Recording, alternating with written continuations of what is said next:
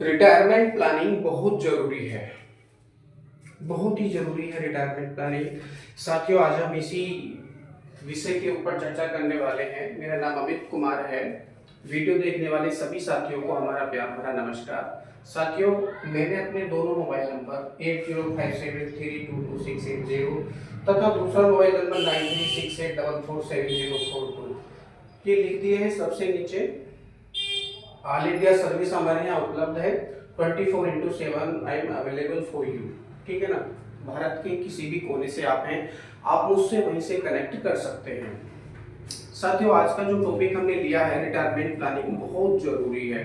प्रत्येक व्यक्ति के लिए रिटायरमेंट प्लानिंग बहुत जरूरी है। जो आज यंग एज में है उनके लिए भी रिटायरमेंट प्लानिंग बहुत जरूरी है, क्योंकि मेडिकल साइंस ने बहुत तरक्की की है। पहले क्या होता था, मृत्यु दर बहुत अधिक थी। मतलब 40 साल की एज में, 50 साल की एज में लोग डेथ कर जाते थे। तो उससे बचने के लिए जो मेडिकल साइंस है हमारा, उसने बहुत तरक्की की है। आज के टाइम को देखते हुए जो जीने की दर है वो बढ़ चुकी है। लोग 70 साल, 80 साल, 90 साल और कोई कोई तो 100 साल तक भी जीवित रह लेते हैं। पहले भी ऐसा था, लेकिन जो लोग स्वस्थ होते थे केवल वही अधिक समय तक जीवित रहते थे। थोड़ी बीमारी की कंडीशन में वो लोग निकल जाते थे और उनको मेडिकल साइंस की जो सेवाएं हैं नहीं मिलती थी, बहुत कम मात्रा में होती थी या बहुत महंगी थी। साधन नहीं थे पहले के टाइम में। तो आज के टाइम पे बहुत अच्छे साधन हो चुके हैं। हर एक मेडिकल या हॉस्पिटल्स के अंतर्गत बहुत सारे ऐसे मॉडर्न ट्रीटमेंट आ चुके हैं जो कि जीवन को बढ़ा रहे हैं, है ना, व्यक्ति को मरते मरते बचा लेते हैं। तो उनसे क्या है कि रिटायरमेंट की प्लानिंग बहुत जरूरी हो गई है ना। क्योंकि 60 साल या उसके बाद का जो जीवन है बहुत ही कष्टकारी हो सकता है उन लोगों के लिए जिनके पास में आज रिटायरमेंट की कोई प्लानिंग नहीं है। आइए समझते हैं। वीडियो को शुरू करने से पहले मैं ये कहना चाहूंगा कि यदि आप हमारे चैनल पर पहली बार आए हैं तो इस चैनल को सब्सक्राइब कर लें। वीडियो यदि आपको अच्छी लगती है तो इसको लाइक करें और अपने फ्रेंड सर्कल में इसको शेयर करें। बहुत बहुत धन्यवाद। और अंत तक बने रहें, क्योंकि कंप्लीट नॉलेज आप यहाँ से लेकर जाएं। रिटायरमेंट प्लानिंग क्यों जरूरी है मैंने इस वीडियो में बताने का प्रयास किया है। आगे आपकी मर्जी है, आप करें ना करें, लेकिन बताने का हमारा कर्तव्य है। क्योंकि हम LIC ऑफ इंडिया यानी भारतीय जीवन बीमा निगम संस्था से जुड़े हुए हैं और हमारी संस्था का नारा है कि प्रत्येक व्यक्ति को LIC ऑफ इंडिया यानी भारतीय जीवन बीमा निगम की सभी सेवाओं के बारे में अधिक से अधिक बताया जाए। तो ये मेरा माध्यम है। ठीक है, ये मेरी जॉब है, मैं आपको बताने का प्रयास कर रहा हूँ। आंकड़े बोलते हैं। देखिए, कोई भी कार्य हम करते हैं तो उससे पहले कुछ ना कुछ आंकड़े लगाए जाते हैं कि इसमें क्या हो सकता है, उसमें क्या हो सकता है। यदि रिटायरमेंट प्लानिंग नहीं ली तो आपके साथ क्या क्या हो सकता है ओल्ड एज में जाने के पश्चात। तो आंकड़े हैं हमारे पास में कुछ, और ये आंकड़े ऐसा नहीं है कि यूं ही लिखे गए हैं। ये आंकड़े वास्तव में एक रिसर्च की गई है। रिसर्च करने के पश्चात ये आंकड़े प्राप्त हुए हैं। तो आंकड़े क्या कहते हैं जरा ध्यान देंगे। बुजुर्ग पीड़ित होते हैं। बुजुर्ग का मतलब ऐसे लोग होते हैं जिनकी एज 50-60 साल या उससे भी अधिक है। मतलब जो रिटायरमेंट एज में जा चुके हैं या जिनकी जो एक्टिव इनकम है वो बंद हो चुकी है। एक्टिव इनकम का मतलब वो इनकम होती है, चाहे तो आप सैलरी ले रहे हैं, भारत सरकार की किसी नौकरी में है, सरकारी नौकरी में है, या फिर कोई अपना बिजनेस कर रहे हैं, काम कर रहे हैं, तो आपको सैलरी आ रही है या इनकम आ रही है तो उसे एक्टिव इनकम कहते हैं। और एक्टिव इनकम प्रत्येक व्यक्ति का बहुत ही सुनहरा समय होता है, यानी गोल्डन टाइम होता है। उसमें व्यक्ति अपने आवश्यकताओं की सभी वस्तुओं को खरीद सकता है, मनचाहा आनंद ले सकता है, कहीं पर भी ट्रिप पे जा सकता है, घूम सकता है, देश विदेश की यात्राएं कर सकता है। एवरीथिंग जो भी वो चाहे वो लोग कर सकते हैं, क्योंकि उनके पास में इनकम का स्रोत है, उनके पास में लगातार पैसा आ रहा है। ठीक है, लेकिन वही 60 साल या उससे अधिक जब रिटायरमेंट एज आ जाती है, क्योंकि सरकारी नौकरियों में रिटायरमेंट एज निर्धारित की गई है मैक्सिमम 60 साल या उससे अधिक, 65 साल तक तो सभी लोग रिटायर हो जाते हैं। तो यहाँ पर जो उसके बाद का जीवन स्टार्ट होता है, क्योंकि मेडिकल साइंस ने बहुत तरक्की की है।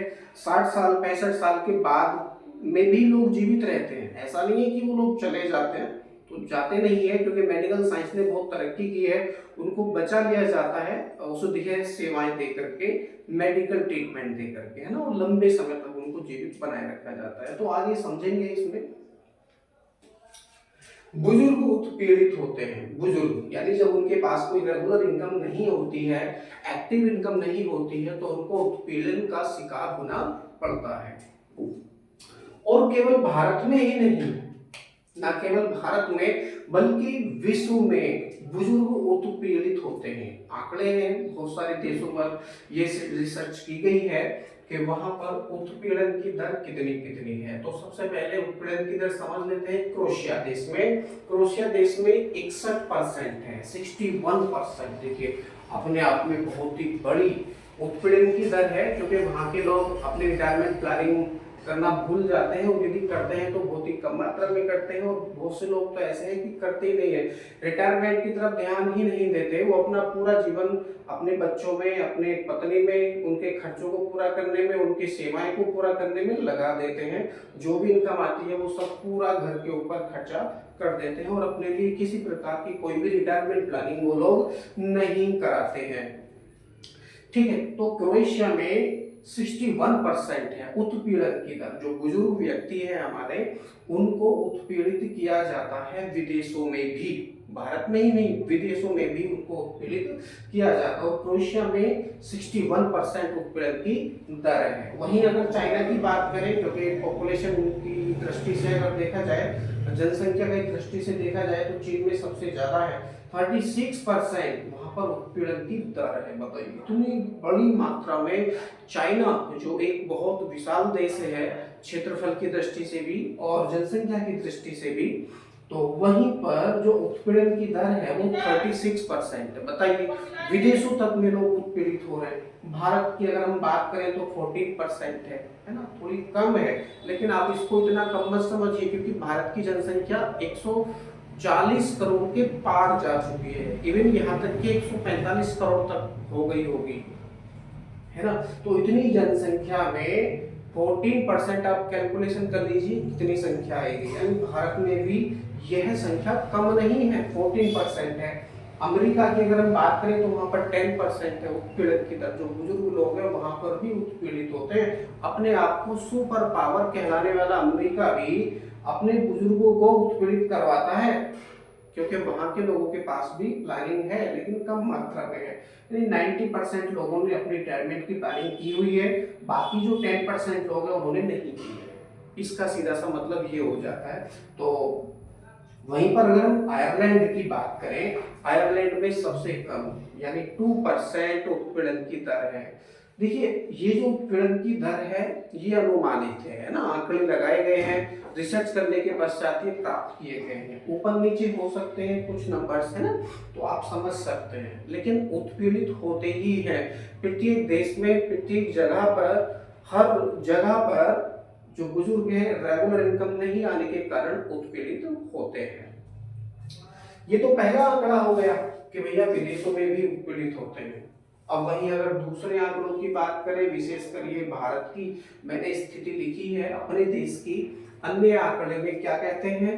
पहला आंकड़ा हमने लिया है 42% बुजुर्ग अपमानित महसूस करते हैं जब उनके पास रेगुलर इनकम आनी बंद हो जाती है, नौकरी छूट जाती है क्योंकि रिटायर आ जाते हैं।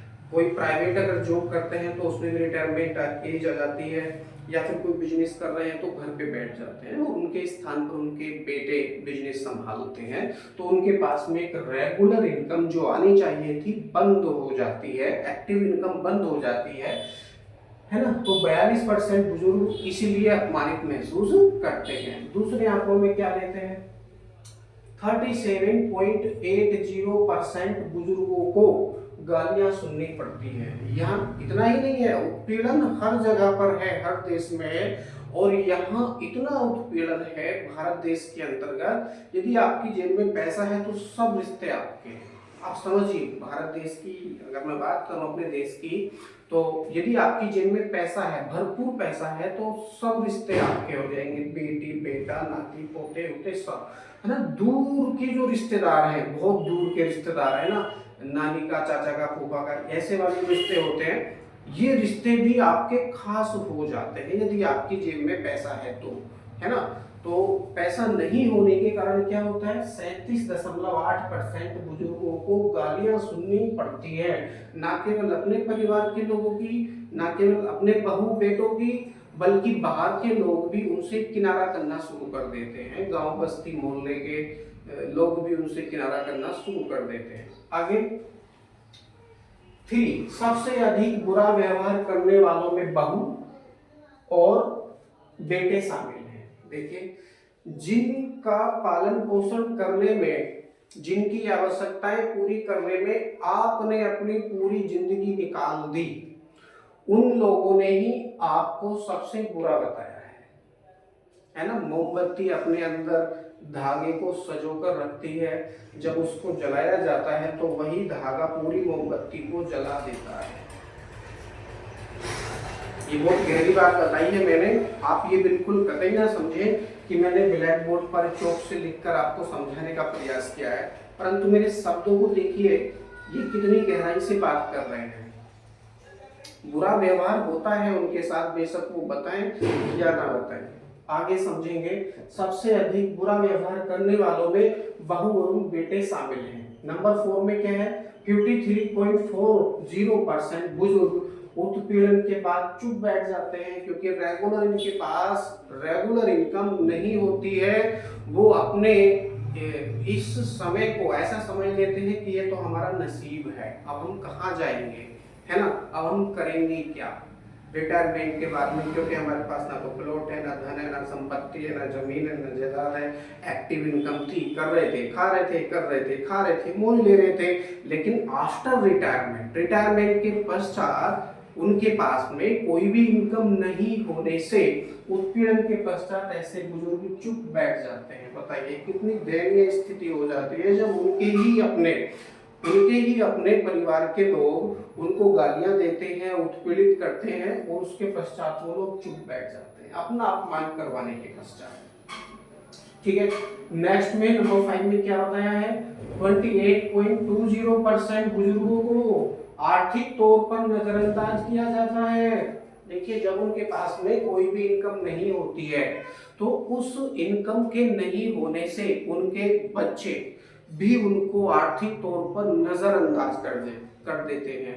भाई समझिए, आपका बेटा, आपकी बेटी नौकरी पे चले गए, सरकारी नौकरी पे चले गए मान लीजिए, तो उत्पीड़न के पश्चात वो अपने जिंदगी के निजी फैसले लेने से भी उनसे नहीं पूछते हैं, है ना। कहीं भी आते हैं 2-4 दिन के लिए, 4-5 दिन के लिए, कहीं पर भी वो लोग चले जाते हैं उनसे बिना बताए, उनसे बिना बोले, है ना।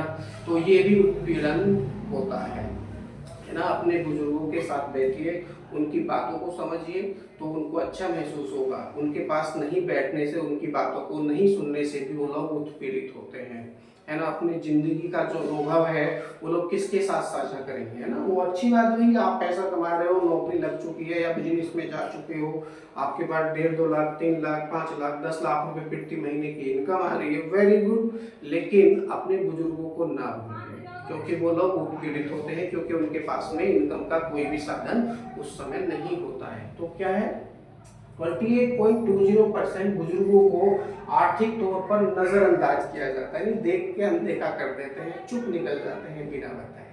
ठीक है, तो ऐसा बिल्कुल नहीं होना चाहिए। नंबर 6 में क्या है, 35.40% केसेस में उत्पीड़न का मुख्य कारण जमीन जायदाद होता है। समझिए, आपने पूरी जिंदगी अपना पेट काट कर, पैसा बचाकर, पाई पाई बचाकर अपने बच्चों के लिए जमीन जायदाद, फ्लैट, दुकान, बंगला, गाड़ी, घोड़ा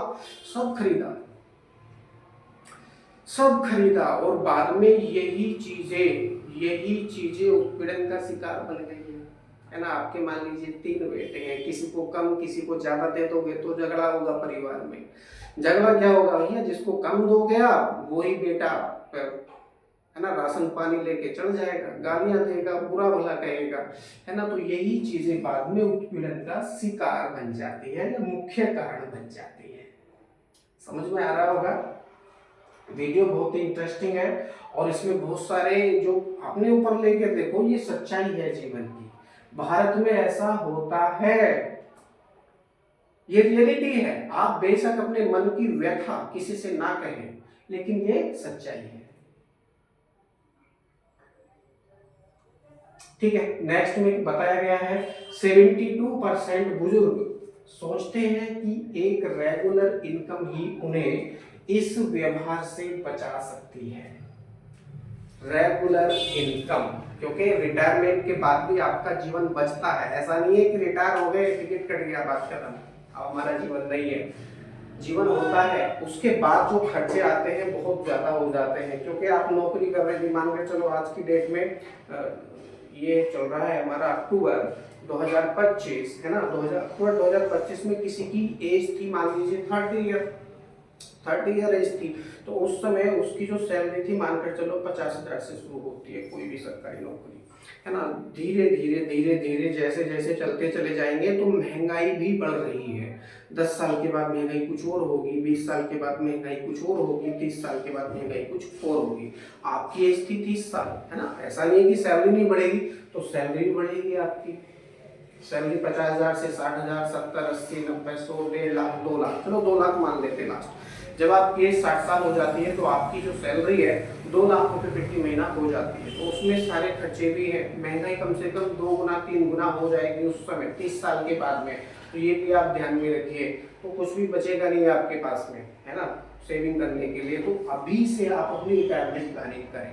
क्यों? क्योंकि जो लोग आज यंग हैं, मेरी तरह हैं, 30 साल, 32 साल, 25 साल, 26 साल, है ना, जो लोग आज ही नए नए ज्वाइन हुए हैं सरकारी नौकरी में, जिनकी नौकरी लगी है, प्राइवेट नौकरी लगी है, या तो अपना बिजनेस कर रहे हैं, बिजनेस को संभाला है, तो अपनी रिटायरमेंट प्लानिंग जरूर करके रखें, है ना।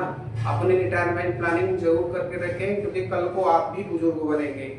आपके साथ ऐसा ना हो, जितना मैंने बताया है इस वीडियो में, आपके साथ ऐसा ना हो, इसलिए आप मुझे दिए गए नंबर पर कॉल करके पता कर सकते हैं। रिटायरमेंट प्लानिंग आपके बस में है, आप ऐसा कर सकते हैं, क्योंकि समय आपका सही है, आपका स्वास्थ्य सही है, तो आपको ये रिटायरमेंट प्लानिंग मिल जाएगी। ठीक है, अन्यथा नहीं मिलेगी, क्योंकि ये इंश्योरेंस है, LIC ऑफ इंडिया है। और LIC ऑफ इंडिया में कोई भी प्लानिंग आप केवल तभी कर सकते हैं जब पूरी तरह आप स्वस्थ हो। तो यंग एज है आपकी, आपके पास इनकम भी भरपूर आ रही है, कोई रोग दोष आपके शरीर में नहीं है ना, बिल्कुल बढ़िया काम चल रहा है आपका, और महंगाई भी आपके हिसाब से कम है। 15-20 साल 30 साल के बाद तो बहुत ज्यादा 3 गुना 4 गुना तक पहुंच सकती है ना। तो उस समय तो आप क्या ही करेंगे, और क्या ही समय बचेगा आपका रिटायरमेंट प्लानिंग करने के लिए। तो अभी से आप इसको शुरू करें, और दिए गए नंबर पर मुझे कॉल करके पूरे भारत में से कहीं से भी कनेक्ट कर सकते हैं। आपने वीडियो को पूरा देखा, इसलिए आपका बहुत बहुत धन्यवाद। वीडियो यदि आपको अच्छी लगती है तो इस वीडियो को अपने फ्रेंड सर्कल में शेयर करें, और यदि इस चैनल पर पहली बार आए हैं तो अपना समझकर इस चैनल को सब्सक्राइब भी कर लें। Thank you, all the very best. मिलते हैं अगली वीडियो में किसी और टॉपिक के ऊपर। Thank you.